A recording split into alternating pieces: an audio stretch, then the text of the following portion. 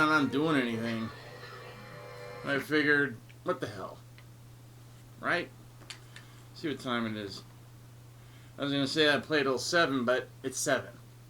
So this is going to be really quick. What do you want to hear? Any requests? I can't play that.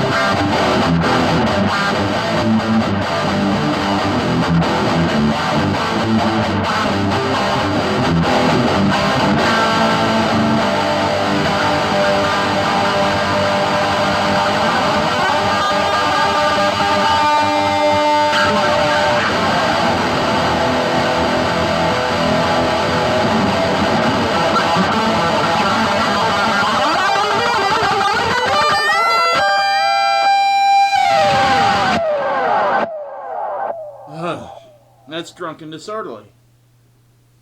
My song. I just decided I'm going to start playing my songs, or bits of them, during these recordings. Oh no! The friggin' mic decided to make a flip. This might sound weird. It was turned facing away from the amp. I don't know what this is gonna sound like. It'll probably sound like everything on one side. I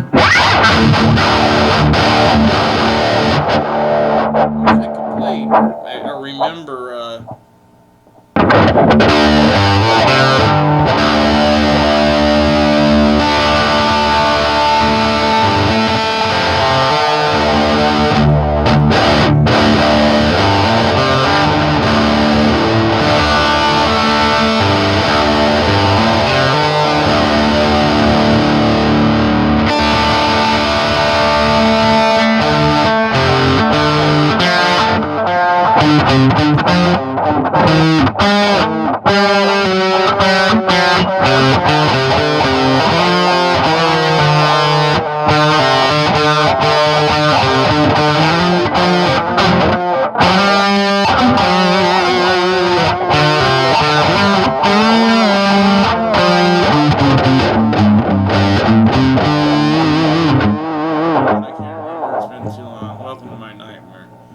But see, the way I was taught, welcome to my night. I was also taught God of Thunder.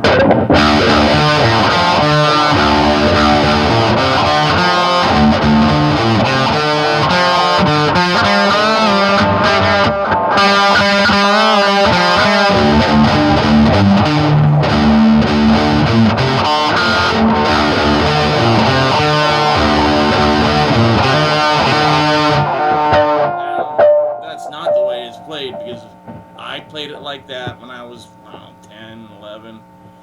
And then when I went to see him, I'm like, both Paul and Ace are doing their, during God of Thunder, but they're playing it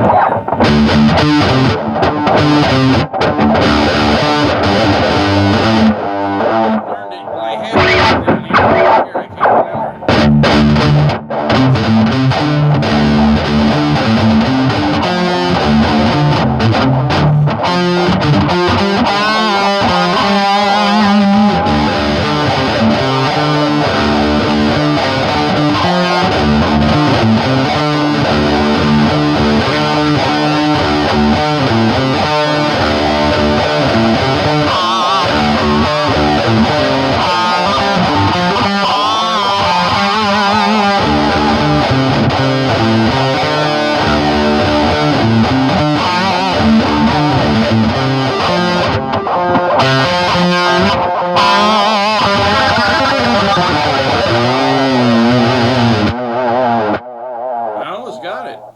That's where they play. That's where it's supposed to be played, not down here.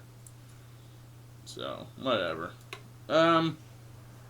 Okay, so I finished it's called this stupid little tribute band or whatever, and it's about a band called Back in Black. It's an AC/DC tribute about this drunk idiot singer. Well, it's not about him. It's about the guitar player.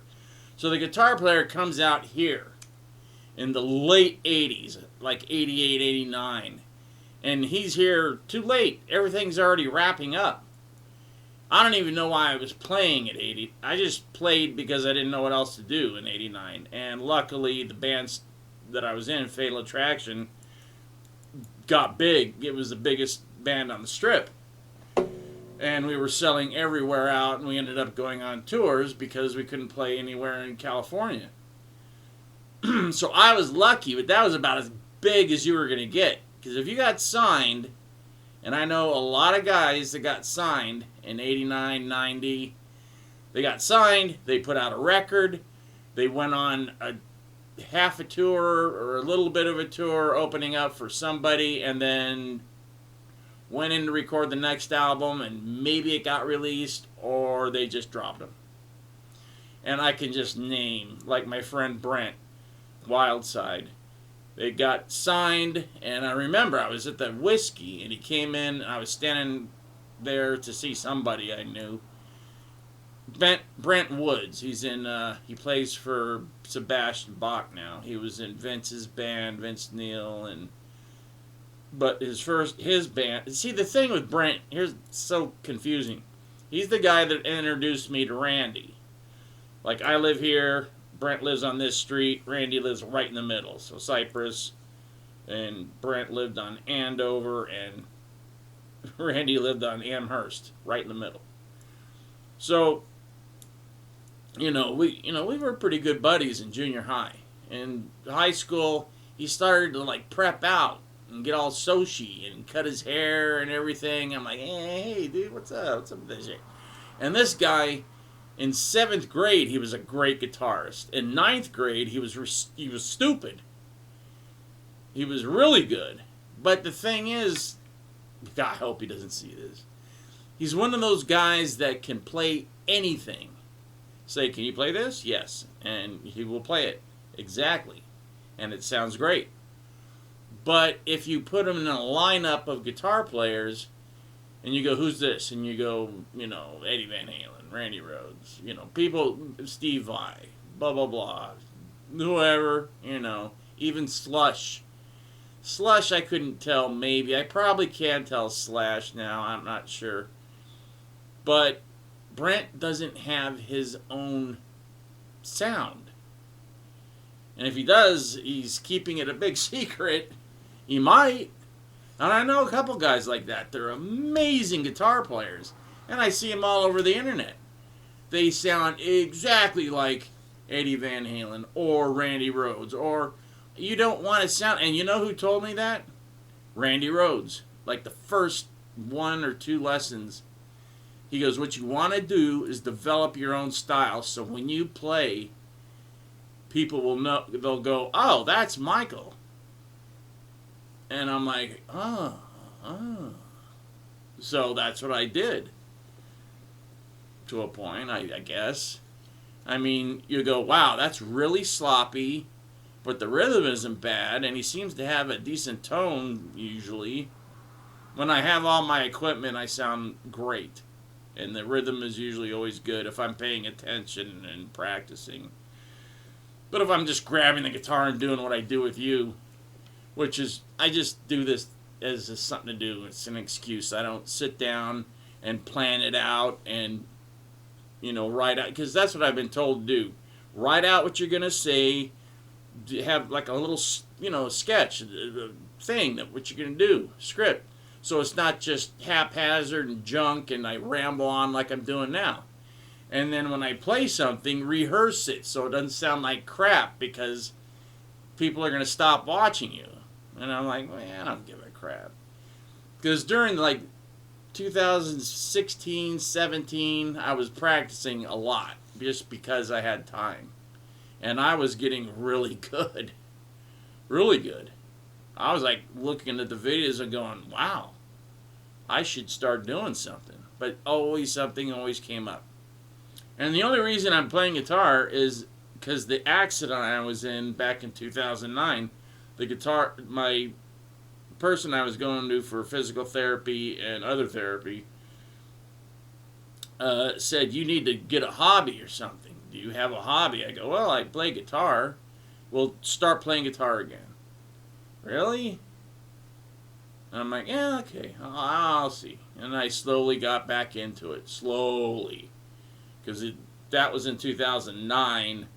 By the time I started taking it serious, it was like 2014, 13, 14, 15, I was a little better. 16, I was better.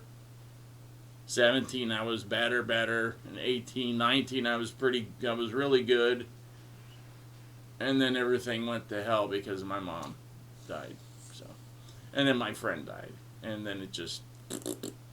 I don't want to end on this note. I hope this isn't who I think it is. But...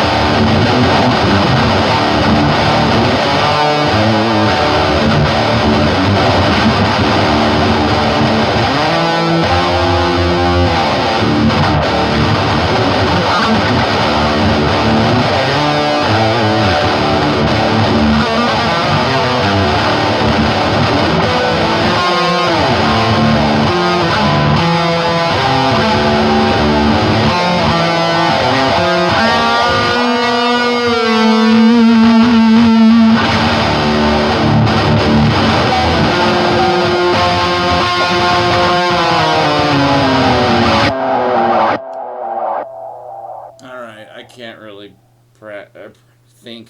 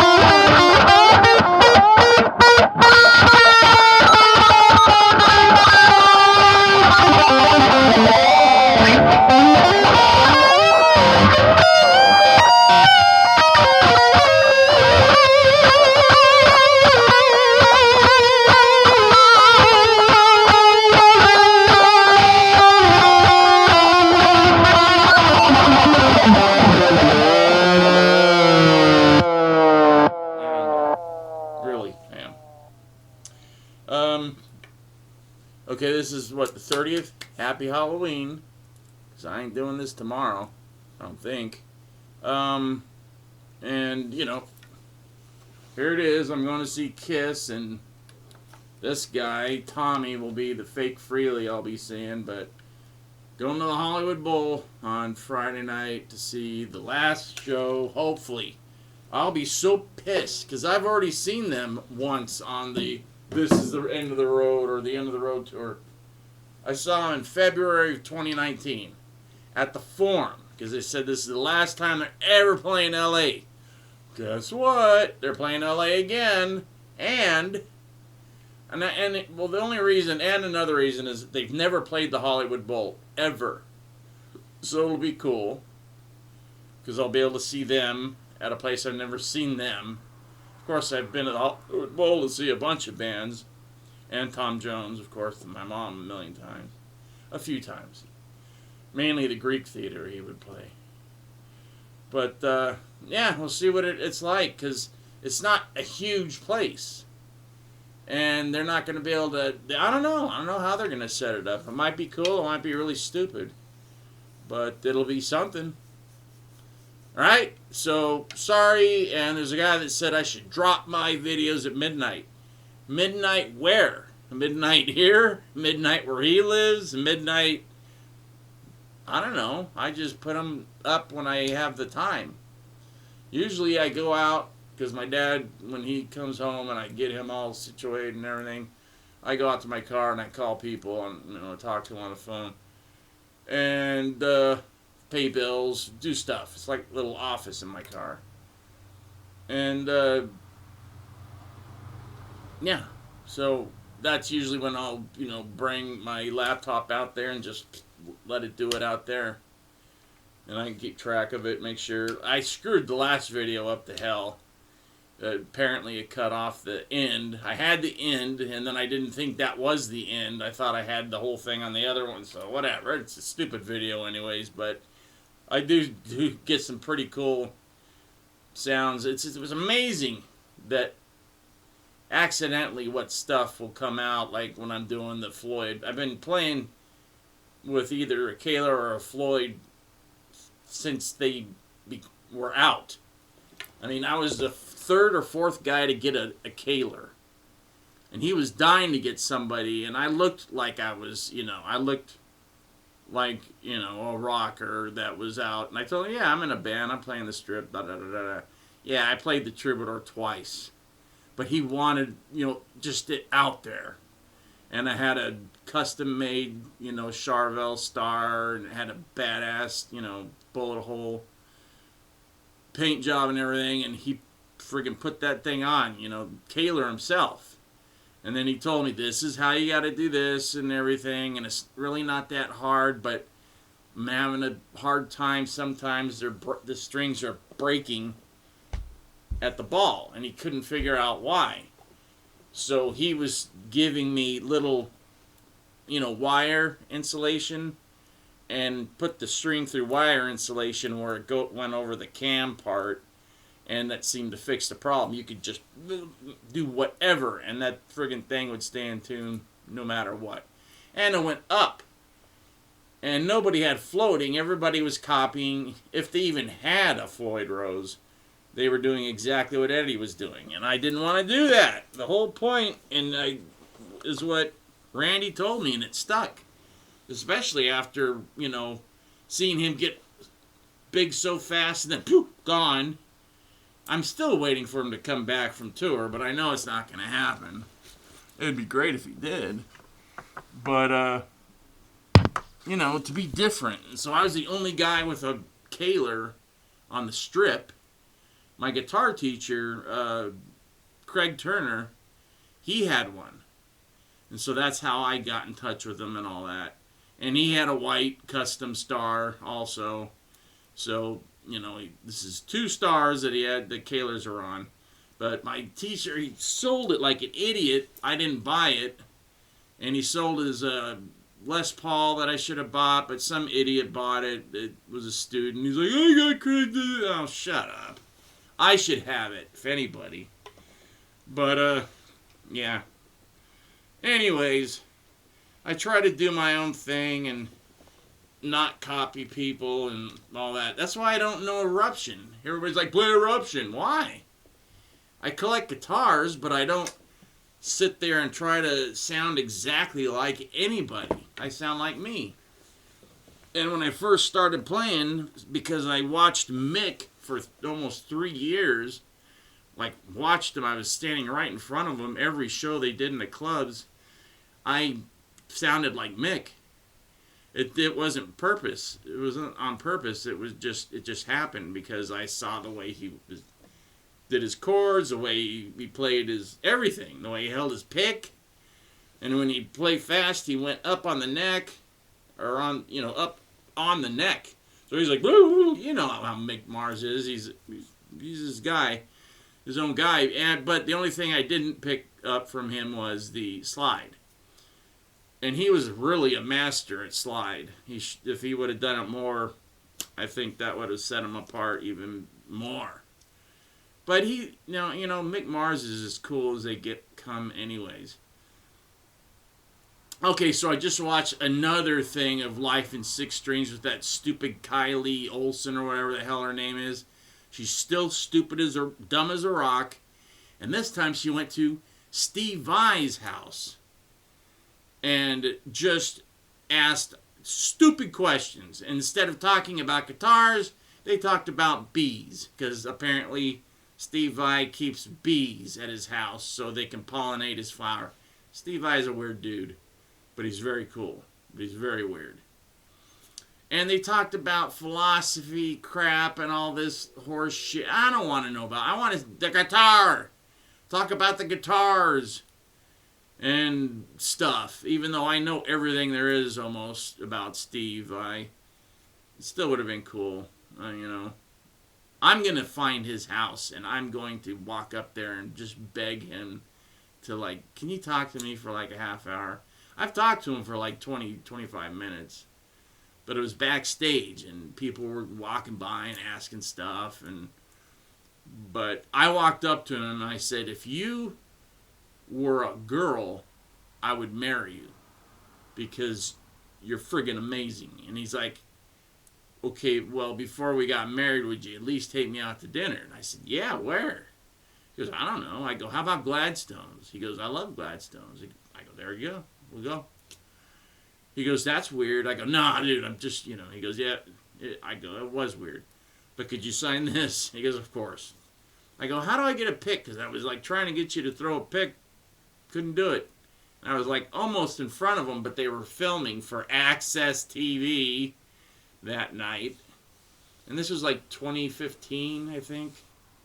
Or 2013, I can't remember. And I had an all-access pass, so I could go behind stage. I could go everywhere. It was cool. My friend was working on the show. He was doing the audio, so he got me in because he knew I loved Steve Vai.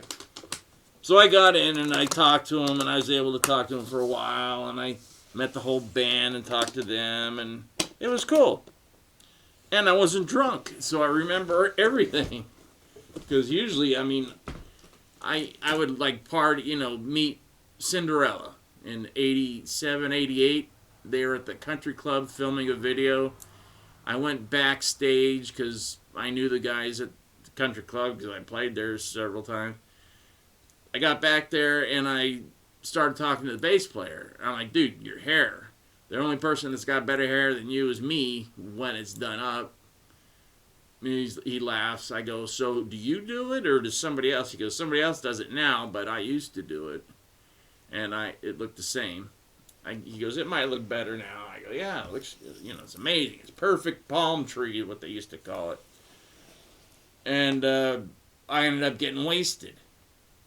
And when I walked out, like 3 hours later, it was dark and nobody was there except for one fat chick. And that was my first ex-wife's friend who helped divorce us. So she gave me a ride home. But I remember that. But everything else I don't really remember because I had a bad drinking problem. Bad. So I don't miss that. It's 97. New Year's 97 is the last time I drank anything. So won't go back to that ever. And there you go. I ain't going to get on it. That's too much. Sorry. All right. Talk to you guys later. I'll wear my compression socks for you. Not for you, for me. Laying in bed too long. Just one of my legs just bloop. And now it looks stupid. Later, rock and roll practice. Don't let rock and roll die because it can. And the internet is killing it. All right, later.